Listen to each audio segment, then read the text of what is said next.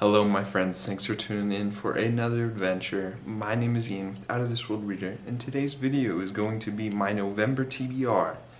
The end of the year is fast approaching and I have a lot of books to read. So you can expect that these final two TBRs are just going to be a whole bunch of books thrown into a TBR and then me hoping that I get to them while juggling school and applying for grad school and everything. But before I do get into the picks, I would like to mention that I will be competing in the Descend-a-thon over on Hugo's channel. He and a couple of his booktube friends are kind of put together this readathon that I'll be competing in for the month of November, and I will be on the hero team. But it's got several different prompts. I think it was like 4 prompts and then some extra prompts that you can complete across the whole month of November to earn points for your team, and then the winner gets a special prize. So definitely go check out his video where he fully explained it more, and there's like a link to a Discord and everything, so I'll make sure to leave it down below. But now, without further ado, it is my honor to present these picks to you. First up for the month of November, our book club pick is The Night Circus by Erin Morgenstern. I'd read The Starless Sea and I absolutely love that, and I've heard great things about this as well.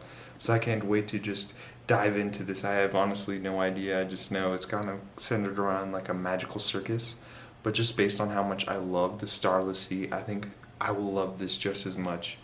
And this is a favorite among several others on BookTube, Bookstagram, everywhere. But I can't wait to just see whether I like it just as much or more. But if you would like to join in for this pick, there'll be a link to the Discord down below. And then continuing on with our series read along, we'll be picking up Children of Dune, which is the 3rd book in the Dune Chronicles by Frank Herbert.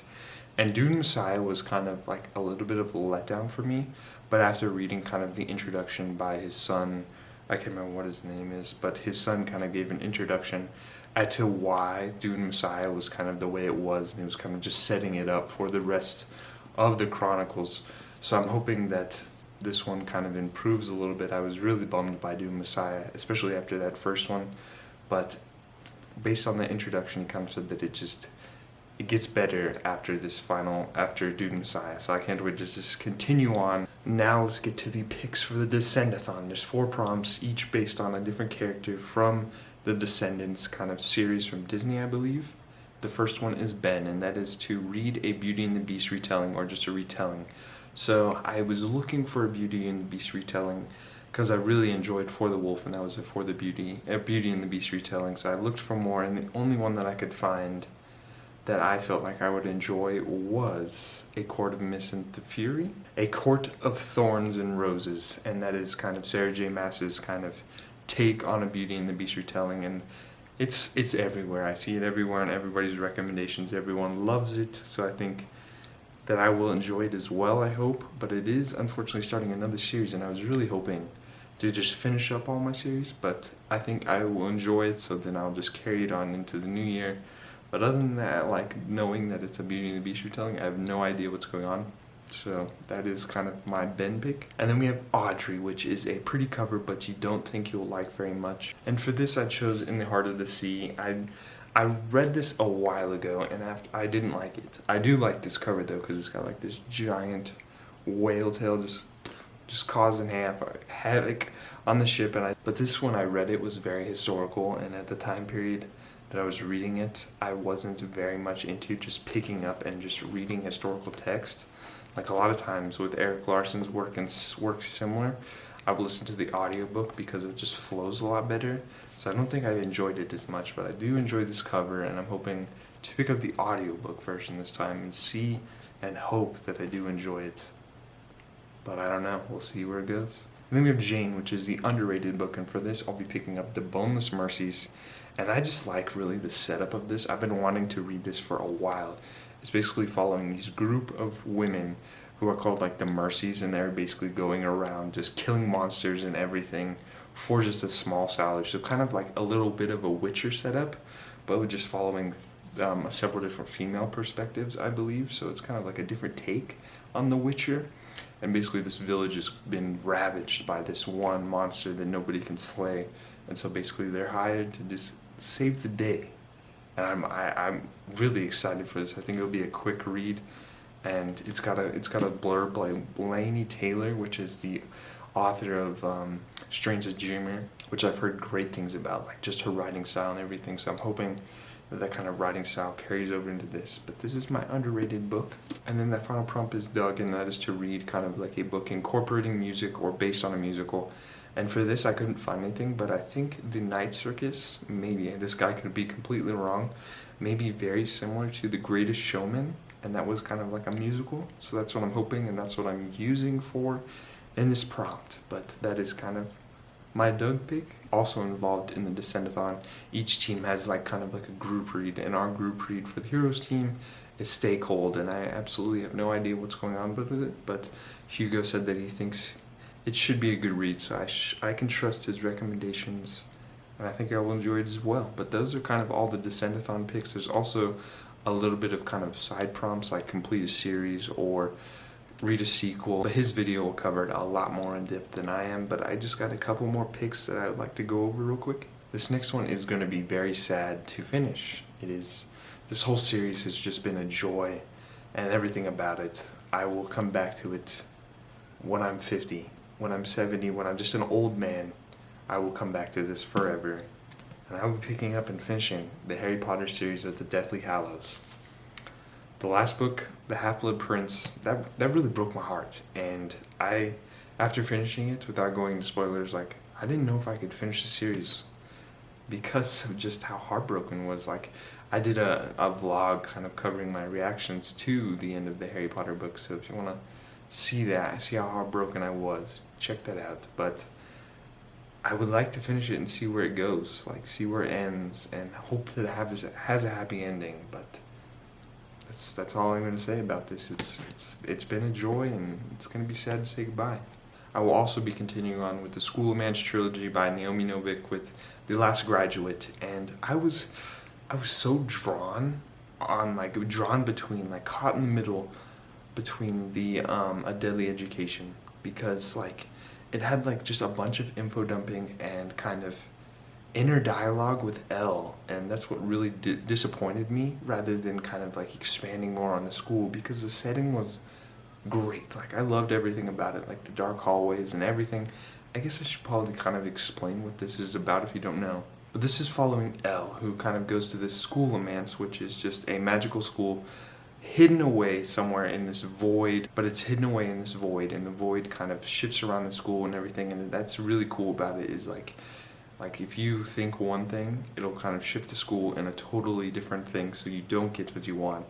But it's just following Elle as she kind of just struggles to try and graduate from the school, because there's like a mouse and everything kind of hunting down the different students and just trying to kill them and take their mana.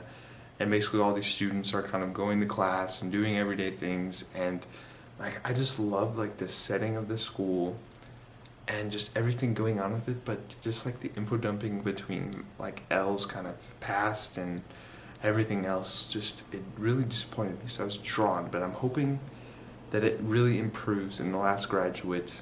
I thought this was going to be a duology, but this is actually going to be a trilogy. So this second book, The Last Graduate, is the last one in the school. So I don't know where it's going to go in that third book, maybe into the real world. But somehow I am excited for it. Like, ever since putting it down, I've been thinking about just that school and how much I loved it. But I'm hoping that Elle kind of improves in The Last Graduate. We'll see where it goes. And before the end of the year, I would like to finish these last two duologies, and they actually just kind of released their final books. And the first one is Ray Bear by Jordan Fueko. I loved like the world and everything about this. Like, I listened to the audiobook and I felt like I missed out on kind of like a lot of kind of details. So I really wanted to go back and reread it physically before I kind of finished the final book, and just kind of refreshed everything in my mind, because it just goes everywhere. But this is following Tari Sai, who is basically kind of raised in seclusion by a bunch of kind of other kind of priests and everything, and they're basically kind of raising her, but they're basically raising her in the seclusion, and she doesn't have any connection to anybody. But her mother, this mysterious lady, has kind of raised her for one purpose, and that is to kind of get onto this council of the emperor, and then basically gain his trust, and then that's her only goal, and that's what this lady has kind of pushed into her mind that she will kind of do, and she's just trying hard not to once she gets to the council. And just following kind of just like friendships and just bonds being formed, and then the struggle between Tarisai kind of learning more about her mother and then just like herself and just everything else. Like I loved everything about the world, the magic and all the other stuff, the politics, everything. And I really want to finish this. And then that other duology that I would like to finish this year, the first one is We Hunt the Flame. And I read this a while ago, and I read it at the worst time when I was not doing very good mentally. So I honestly have no idea what's going on with it. I just know that this one kind of girl has to pretend to be a man so she can go out into this wood that no one else can go and hunt and provide for her village, but she just kind of hides her true identity. And there's also another perspective that you follow that is kind of like the assassin who is basically hunting down this one woman, and they're basically kind of caught between trying to get into the forest or like finding something, I believe, but I probably butchered that, but I would like to reread this and finish it because I've heard great things about the second book, and I did enjoy kind of the world and everything about it that I did get initially. That's all I know, and I would like to wrap it up before the end of the year so I can start some new series and everything, both of them. And it's not like I'm rushing them or trying to just get them out of the way. Like, I really want to finish them. And then lastly, I'll just go over a couple books that I will probably be carrying over into the new month of November. I started The Empire of the Vampire by J. Kristoff, and this is a thick book. This is like Bible thick. And I will most definitely carry this over from October into November.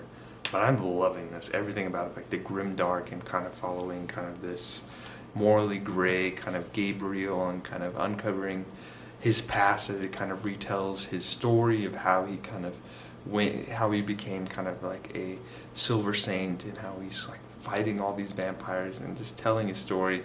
It's got like humor and dark humor. I really love it, and I as big as it is, like I think that I will finish it pretty quickly. And I'm also listening to The Terror by Dan Simmons and Troy by Stephen Fry. Those are my two audiobooks that I've kind of been bouncing between, and both of them I've been really enjoying. The Terror is kind of like a little bit of horror, and then Troy is kind of just the final book in the mythos, so those will be carrying over as well. But those are all my picks for the month of November. Just a ton of books that I hope to get to in the month of November, but that is going to be all for today's video. I really hope you enjoyed it, and I hope to see you in the next one.